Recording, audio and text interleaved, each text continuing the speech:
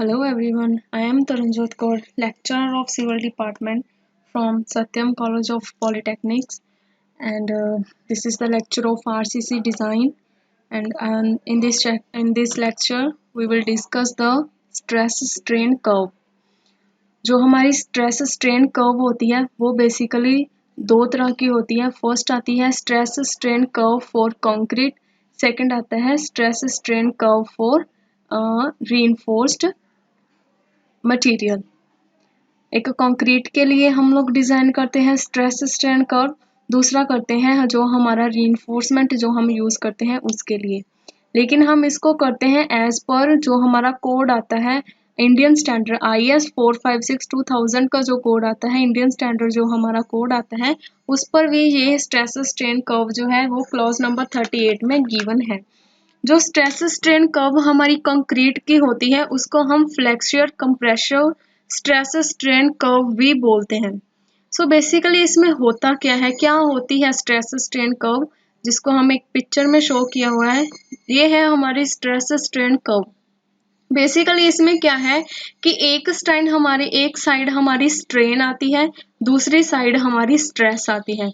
अगर हमारी स्ट्रेस किसी जीरो से हम लोग स्टार्ट करते हैं तो वो एटलीस्ट कर्व शेप में आती है नियर अबाउट 0.002 के पॉइंट तक वो आती है हमारी कर्व शेप में. कर्व शेप के बाद वो हमारी आ जाती है किसी रेक्टेंगुलर जहाँ बिल्कुल क्या स्ट्रेट हो जाती है. सो इसकी थ्योरी को हम रीड करते हैं कि जो हमारी स्ट्रेस स्ट्रेन कर्व है as per IS code permits, जो हमारा इंडियन स्टैंडर्ड का कोड बताता है the use of any approximate curve, कि कोई भी हम यूज करते हैं approximate curve for relationship between the compressive stress and strain distribute in concrete. जो हमारा रिलेशन आता है उसमें स्ट्रेस एंड स्ट्रेन का उसको शो किया जाता है एक कर्व के रूप में. The relationship between compressive stress distribute in concrete and strain in concrete may be assumed to be rectangular, trapezoidal, parabola और any other shape. जो हमारा उसमें जो रिलेशन है उसका स्ट्रेस एंड जो स्ट्रेन का बनता है किसी कंक्रीट का compressive strength and compressive strain का कंक्रीट में, वो या तो रेक्टेंगुलर हो सकता है, या तो ट्रेपेजॉइडल हो सकता है, या फिर पैराबोलिक हो सकता है. Other shape will result in prediction of strength is sustained agreement with the test result. कोई भी शेप जो है उसकी डिपेंड करती है कि इसका जो हम लोग इसका कंप्रेसिव स्ट्रेस निकालते हैं वो उस पर डिपेंड करता है, उसका रिजल्ट पर डिपेंड करता है. नेक्स्ट इसमें आता है an acceptable stress strain curve is show in a figure. Figure में हमें शो की गई है the curve of concrete is parabola. जो कर्व आ रही है वो पैराबोलक शेप में आ रही है into the initial strain value is 0.002. सो यहाँ पर हमें शो किया गया है कि जो हमारी पैराबोला कर्व आ रही है जहाँ पर हमारी इनिशियल स्टेट 0.002 है वहाँ तक क्या है ये एक शो कर रहा है कि वो एक पैराबोलिक है.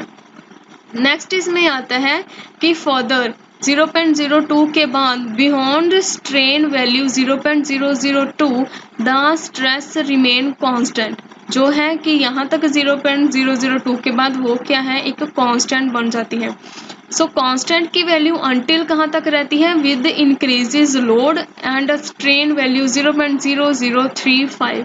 या तो हम लोड को इंक्रीज करते हैं तो हमारी वैल्यू जो लास्ट पर यहाँ पर लिखा हुआ है FC के यहाँ तक हमारी जो वैल्यू आएगी 0.003 आएगी.